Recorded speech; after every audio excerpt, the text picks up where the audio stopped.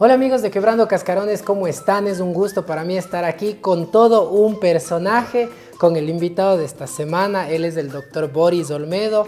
Les cuento que está dentro de mis procesos también, es una persona que me ha ayudado muchísimo y que hoy les quiero compartir un poquito de lo que él lo hace, de la maravillosa ciencia que él conoce, que son las leyes biológicas.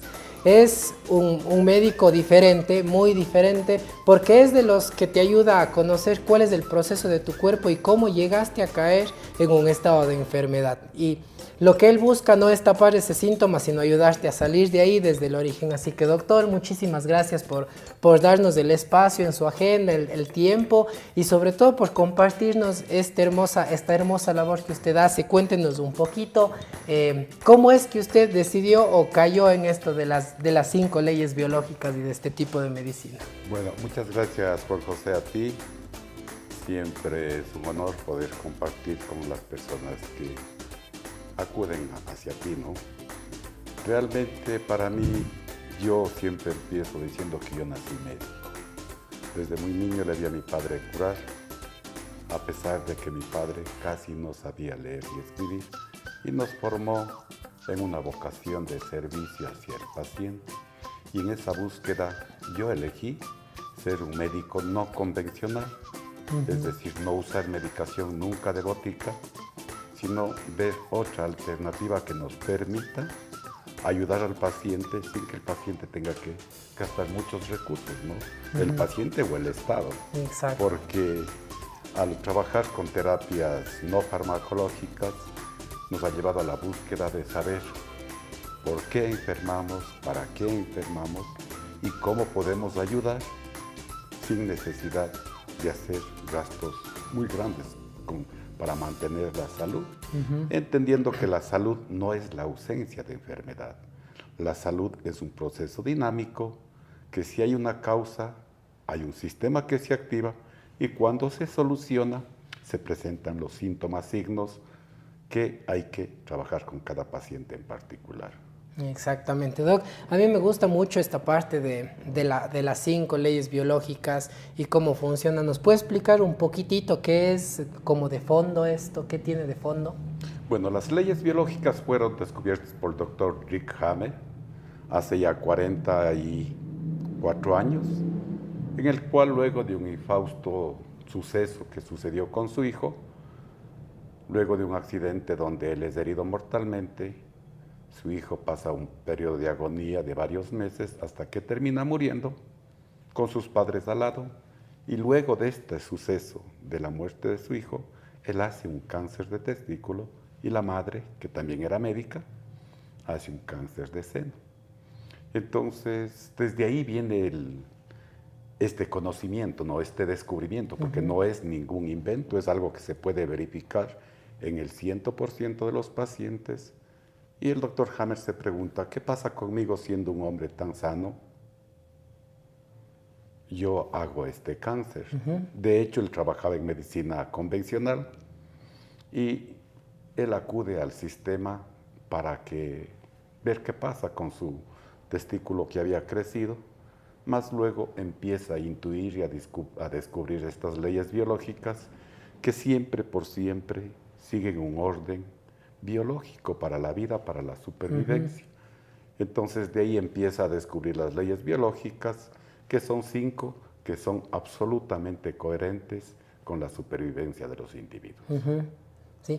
Dentro de estas 5 leyes, Doc, el otro día conversamos, nuestro sistema nervioso y nuestro sistema desde el que nacemos, desde el embrionario tiene una correlación con todo, ¿no? Y eso es lo lindo, entender cómo el cuerpo mismo se encarga de producir esta enfermedad, vamos a llamarle, para ayudarnos a salir de un estado, de un shock o de una situación en particular a la cual necesitamos sobrevivirnos o adaptarnos.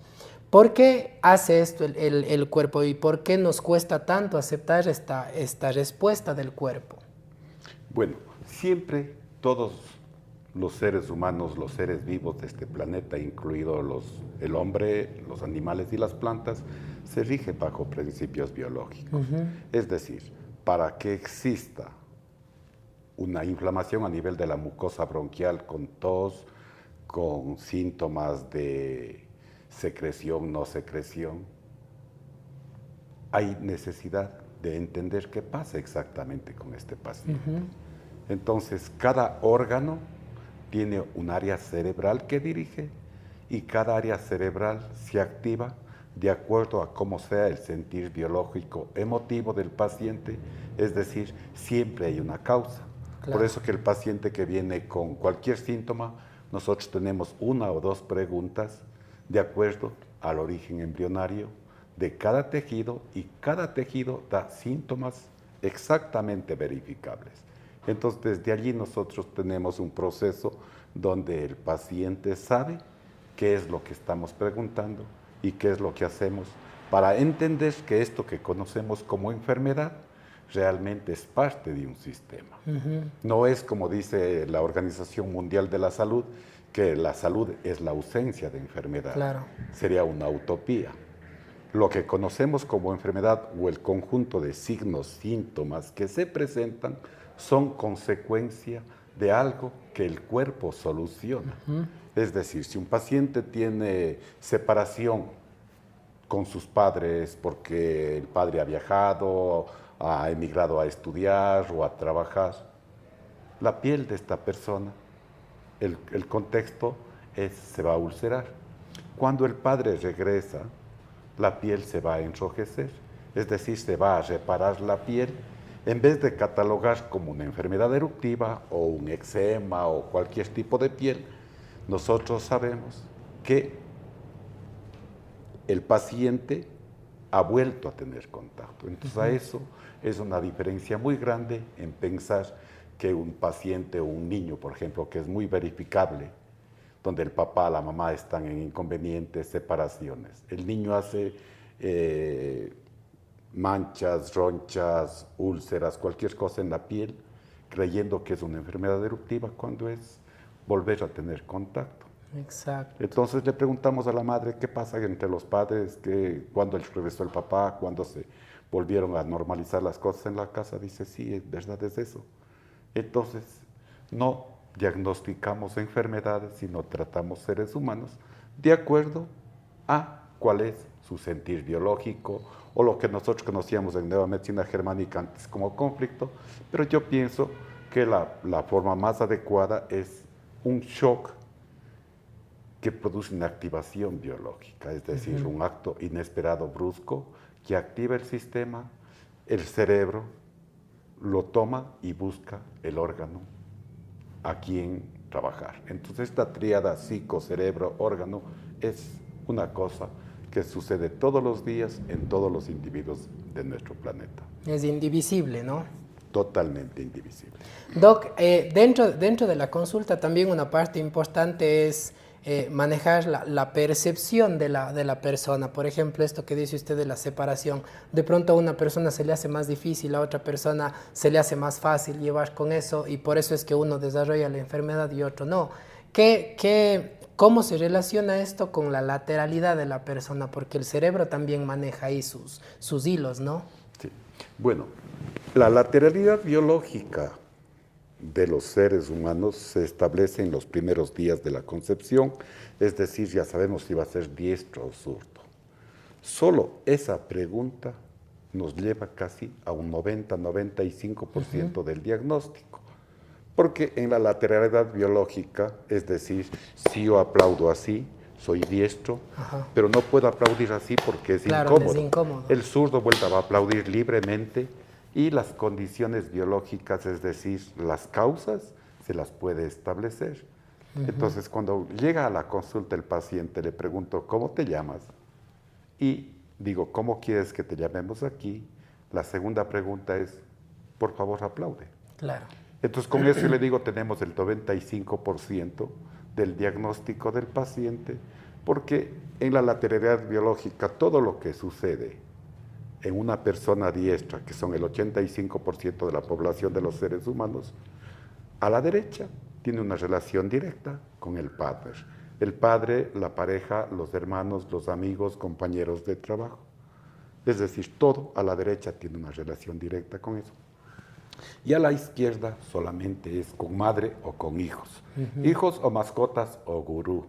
Ya. Entonces, con eso ganamos prácticamente la comprensión del paciente para saber qué es lo que tenemos que hacer, prácticamente un 95% de las causas. Exactamente, Doc. Ya una vez que usted conoce, ya sabe cuál es el tejido que está en conflicto o en reparación. ¿Cómo es el proceso que la persona sigue ya dentro del tratamiento? ¿Hay que tomar algo para el dolor? ¿Hay que bajar el dolor? ¿O simplemente hay que dejar que siga su curso?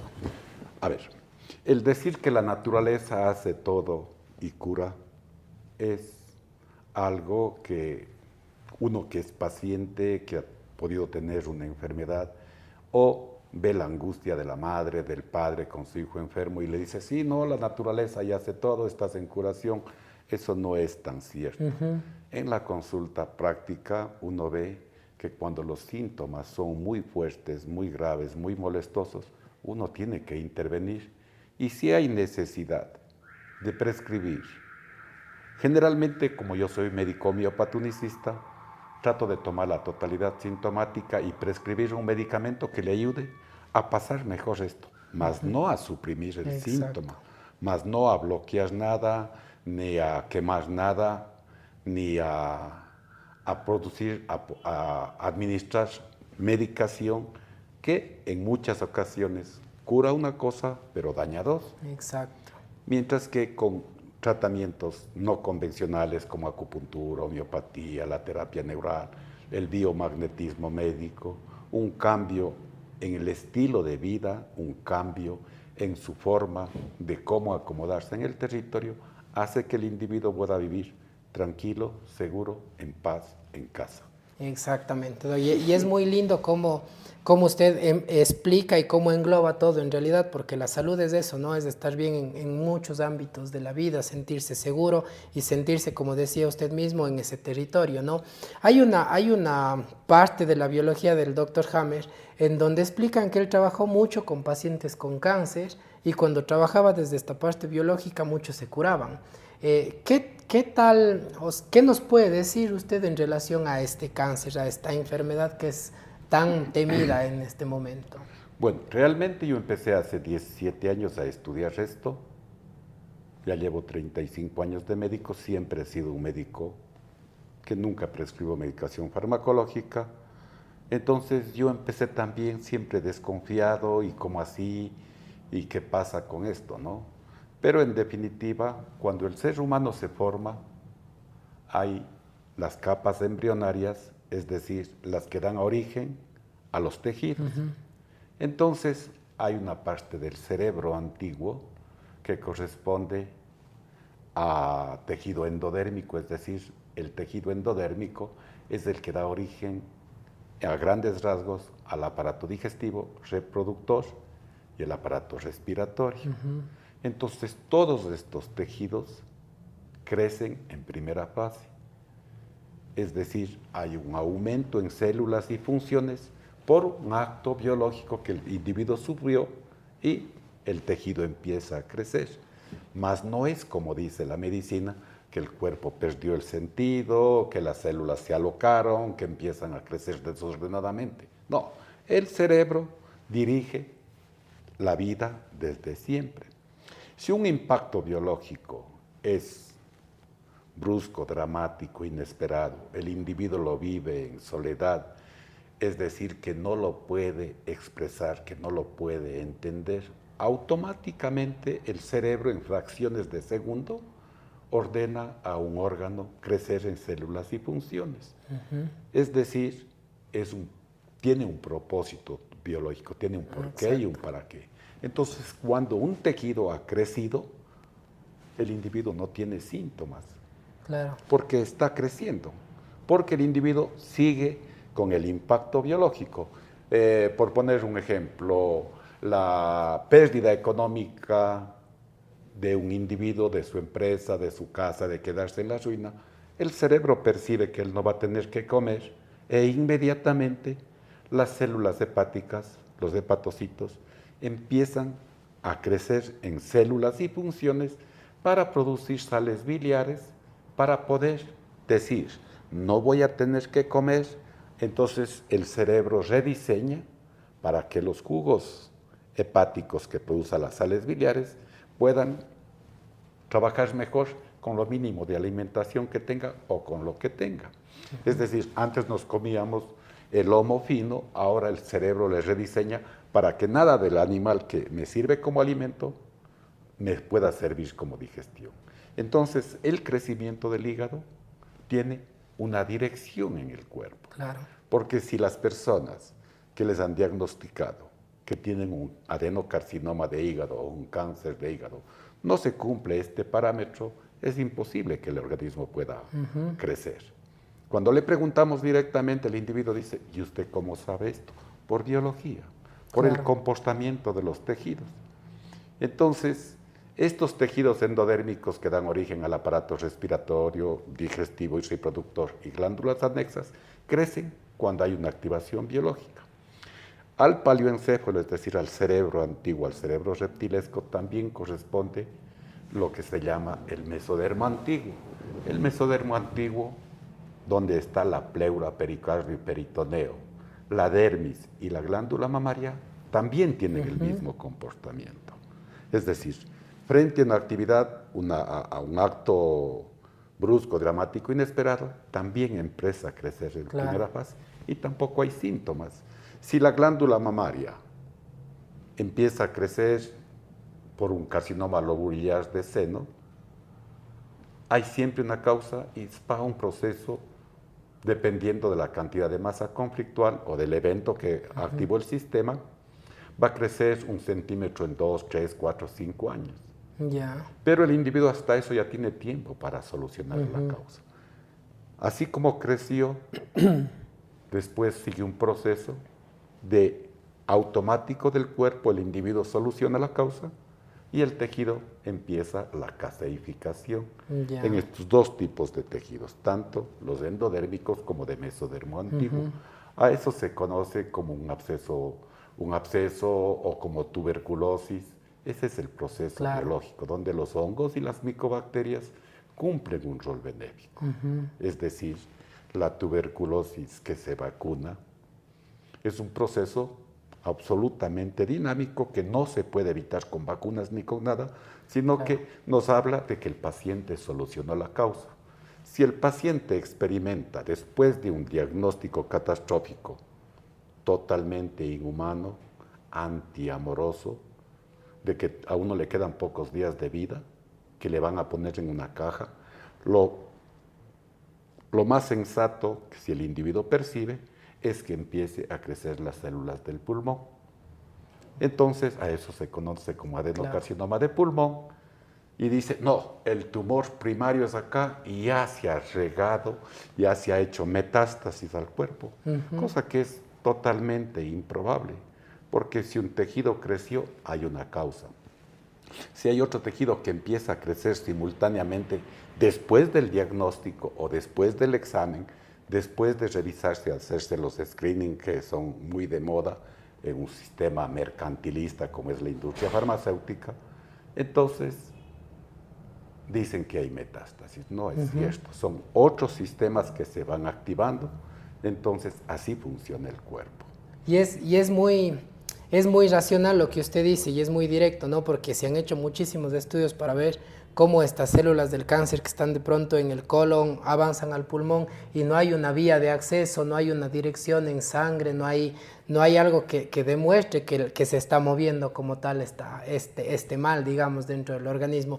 Y precisamente iba yo un poco a ello. Entonces, en relación a esta parte, la percepción de la persona influye mucho en la situación que pasa. Por ejemplo, me invento yo, en una persona en lidiar con algo de pareja, con su sexualidad. Por ejemplo, en una persona que nace en un hogar de culturas de que la sexualidad es pecado y este tipo de ideas, y otra persona que tiene una infancia libre en ese sentido, y precisamente pasan algún conflicto en torno a esto. ¿Hay diferencia en eso, en la crianza, en las ideas que tenemos de inicio o no? A ver, primero tenemos que establecer que la sexualidad tiene un componente del cerebro antiguo, que es una orden para perpetuar la especie. Exacto. Es decir, la pareja hombre-mujer se une para poder fecundar. Es decir, las células que producen tanto el esperma como el óvulo sirven para la fecundación y es algo automático. Claro. Es algo automático que es para perpetuar la especie y para la reproducción. Mientras que el deseo sexual, cómo me relaciono yo con mi pareja, está regulado por la corteza cerebral. Entonces, la corteza cerebral es la que regula el deseo, el apetito sexual, en el cual nosotros, cuando el paciente hace una pregunta con respecto al manejo de su sexualidad, a su deseo, a su líbido, a su capacidad de mantener una relación, automáticamente nosotros vamos a ubicar la pregunta adecuada. Entonces, mientras que la reproducción es una necesidad para perpetuar la especie, el deseo sexual, el contacto sexual, está regulado por el cerebro mismo, pero depende ya de cómo yo esté establecido. Exacto. Mis cánones éticos, morales, sociales, religiosos, que hablan de una persona en particular. Exactamente, es muy lindo cómo usted ubica todo esto, porque si hay algo que a mí me gusta mucho es esta particularidad que le da al tratamiento, ¿no? No es como que todo es para todo el mundo, sino que cada persona tiene que ir haciendo. Y dentro del tratamiento, ya entrando como tal, ya una vez que sabe cuál es la capa que está generando este cambio a nivel biológico, cuál es la sintomatología que está pasando el paciente, ¿cuál sería la parte del tratamiento ya así como tal?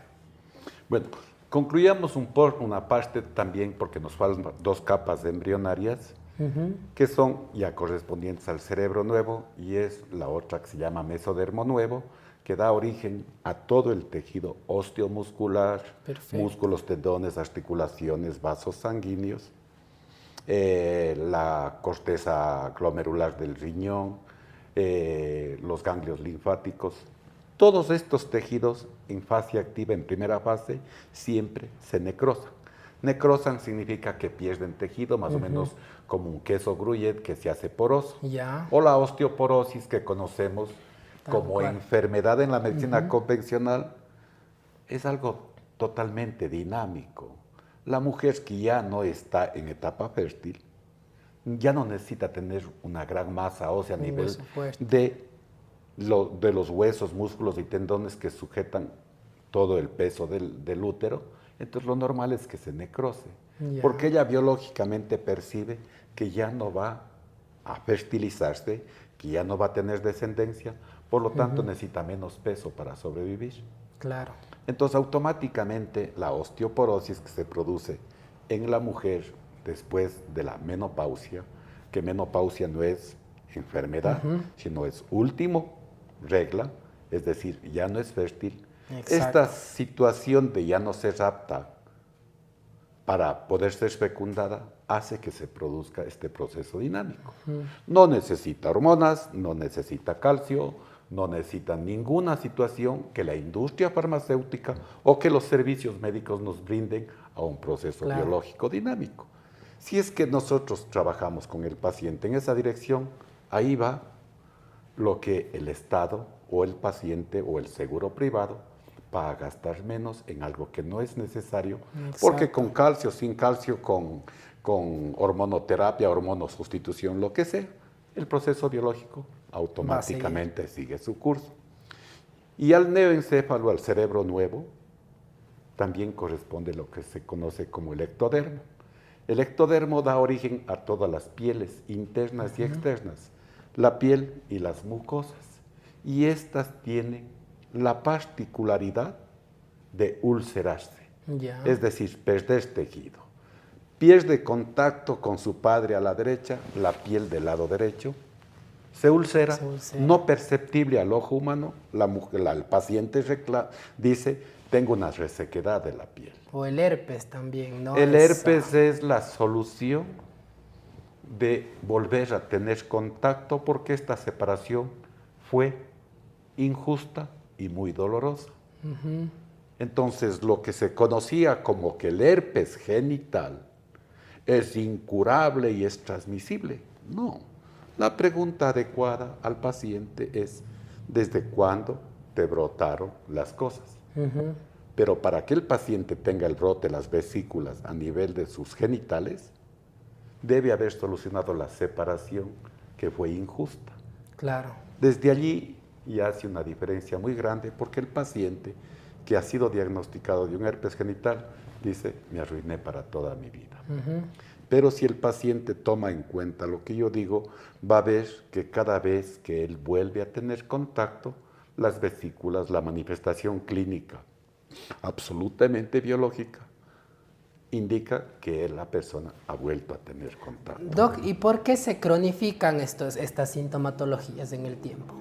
Primero porque tenemos un diagnóstico inadecuado. ¿Sí? Igual podemos decir, por ejemplo, cuando un carcinoma de piel.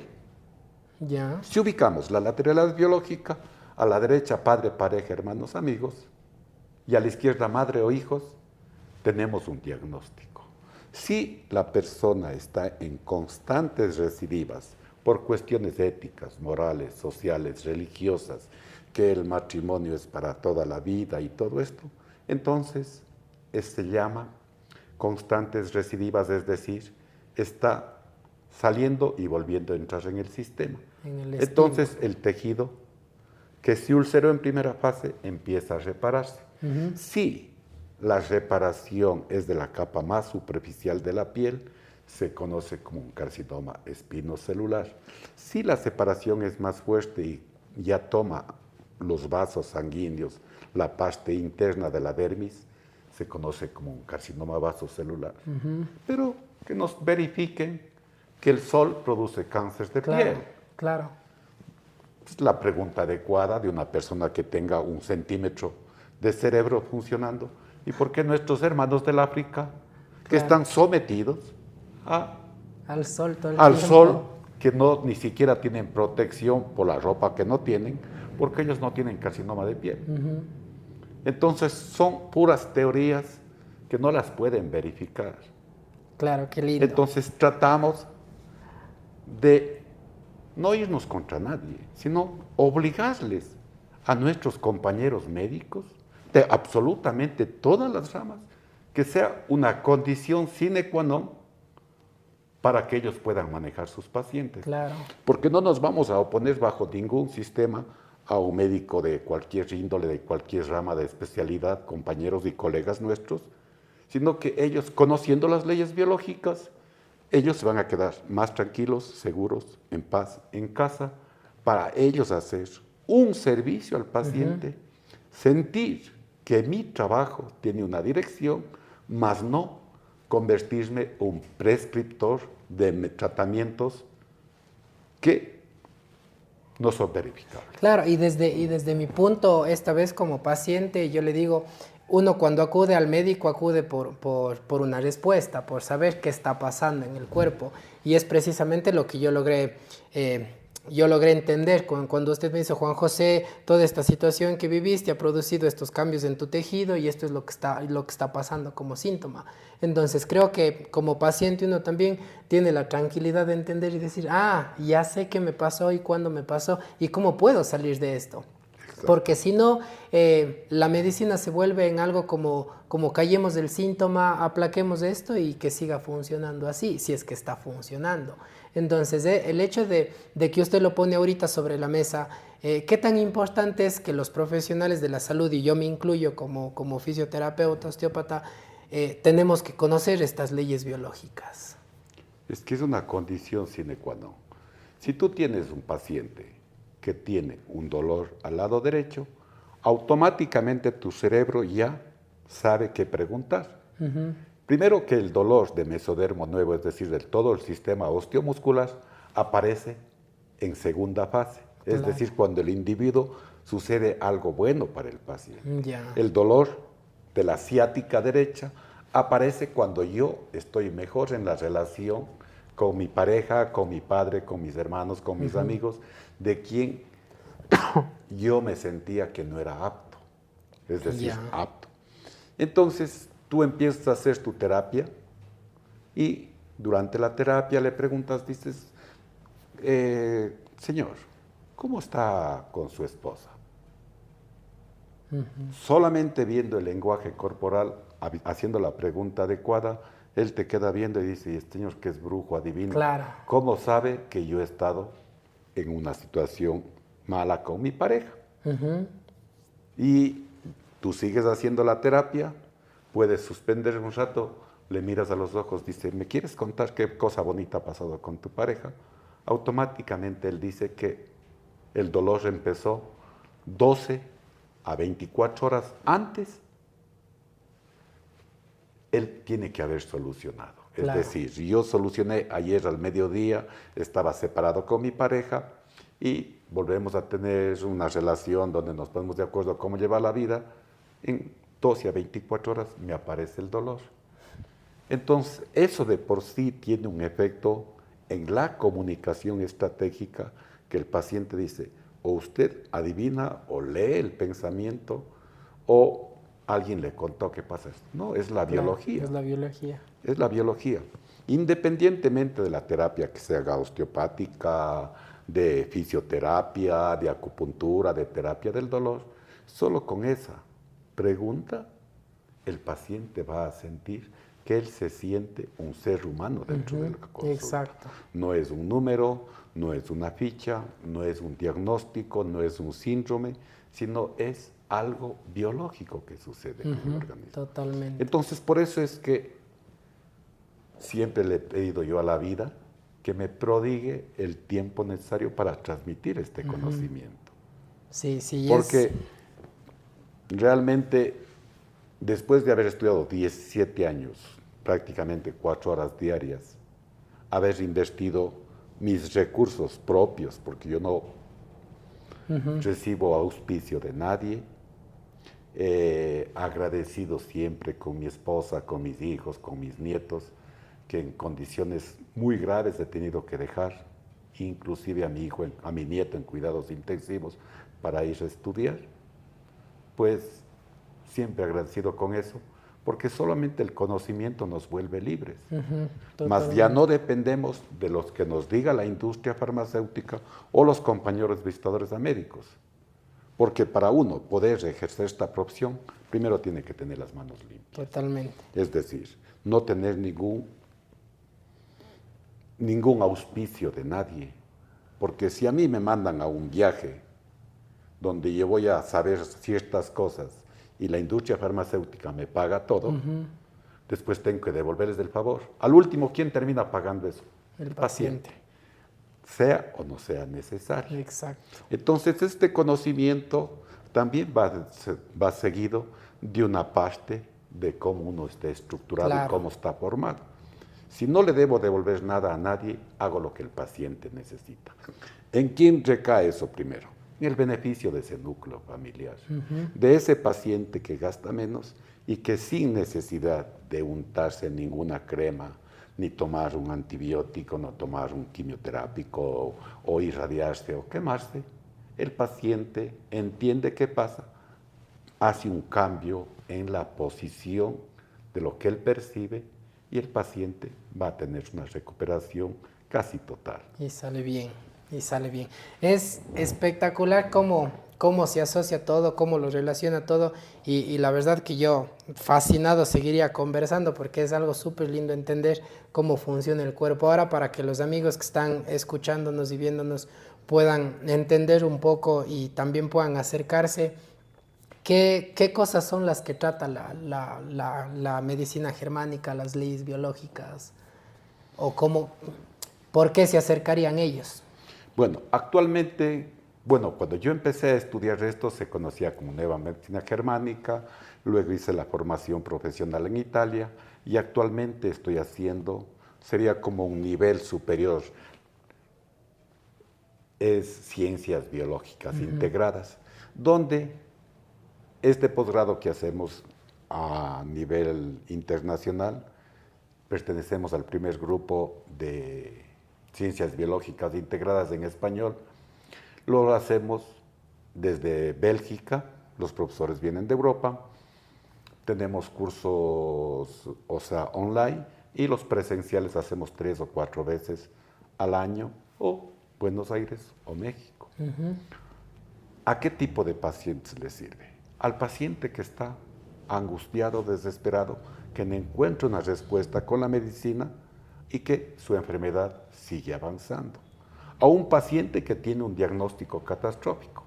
Como te decía antes, es el acto más inhumano que yo pueda percibir de un médico que le anuncie que se va a morir.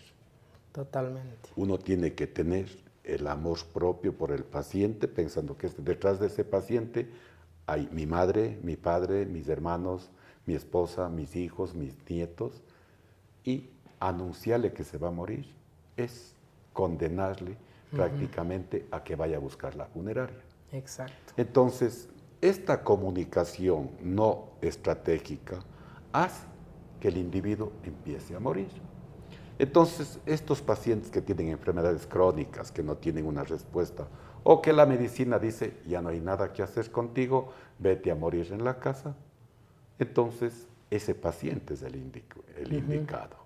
Y después, el paciente que pide ayuda. Exacto. Porque si a mí el paciente no me pide ayuda, puede ser mi esposa, mi hijo, mi nieto, pues yo no me meto, porque no tengo con quién trabajar. Exactamente. Sí, y es lo que yo iba a acotar, de pronto el paciente que tiene el compromiso de querer cambiar, ¿no? Porque hay cosas que hay que cambiar y si es que dejamos todo igual, pues no cambia nada a la final. Claro. Entonces, para que puedan entrar en contacto las personas que nos ven, el doctor está aquí en la ciudad de Cuenca, en la General Torres, ¿no? General Torres 1182 de Sangurima. Y al teléfono que me pueden localizar es del 09-99-766-933. Por poner un ejemplo concreto, la consulta de problemas respiratorios en los niños es prácticamente el 85-90% de la consulta pediátrica. Y los síntomas de rinitis, amigdalitis, bronquitis, sinusitis, adenoides, problemas de toses crónicas, tienen que ver con el individuo, con el niño o la niña, que está experimentando miedo en el territorio porque la estamos generando los padres o los abuelos. Entonces, la consulta, si bien es cierto que necesitamos prescribir un medicamento para la bronquitis, para la tos, para la amigdalitis, si los padres no cambian la posición de cómo relacionarse ellos para generarle un ambiente de que el miedo que el niño tiene, que los padres se separen, de que el padre sea agresivo con la madre o que la madre sea agresivo o que le abandonan porque suelen ir a trabajar o porque tienen problemas en la escuela o tiene problemas en la guardería, automáticamente el Estado y el propio paciente, sus padres, van a gastar menos. Es decir, ustedes tienen derecho a tener dificultades en el matrimonio como hemos tenido todos, o la tenemos todos los días. La diferencia está que cuando ustedes quieran discutir, pelear, no lo hagan delante del niño. Y ellos pueden verificar que los niños tienen los síntomas cuando los padres ya están bien. Ahí aparece la bronquitis. No es que el virus del coronavirus se contagia, como nos han mentido y todo eso, o que necesita vacunas, o que necesita algo para subir las defensas. No, es un trabajo ya integral que los médicos tenemos que hacer y siendo honestos, claros y transparentes con los padres. Desde allí, la consulta es totalmente diferente y es porque el paciente pide. Totalmente. Entonces, en ese sentido, creo que es algo. Es decir, que para yo ser escritor, para yo ser poeta, necesito conocer las vocales, las consonantes y necesito, para poder hilvanar una frase o un poema o escribir un libro, necesito tener las bases. Las bases que me permiten a mí leer y escribir, exactamente igual para todos los que trabajamos en salud. El conocimiento de las 5 leyes biológicas es algo absolutamente indispensable para todos los sistemas médicos, porque no nos oponemos con nadie. todo el mundo va a ejercer mejor su trabajo, va a trabajar mejor tanto el dermatólogo como el oncólogo, el cirujano, el clínico, todos Claro. van a trabajar, los osteópatas, los fisioterapeutas, los homeópatas, los acupunturistas, todos van a trabajar, más ya en dirección del ser humano y erradicar esta cultura de que nos formen en la universidad, hablando entre comillas, nos forman o nos deforman a ver al individuo desde la enfermedad. Claro. Ahí no hay Totalmente. solución. Entonces yo, siempre con el mayor amor del mundo, yo comparto este conocimiento que la vida me ha prodigado, el conocer esto, y creo que es mi obligación, sin ningún, con el acto más amoroso, transmitir a nuestros colegas, ¿no?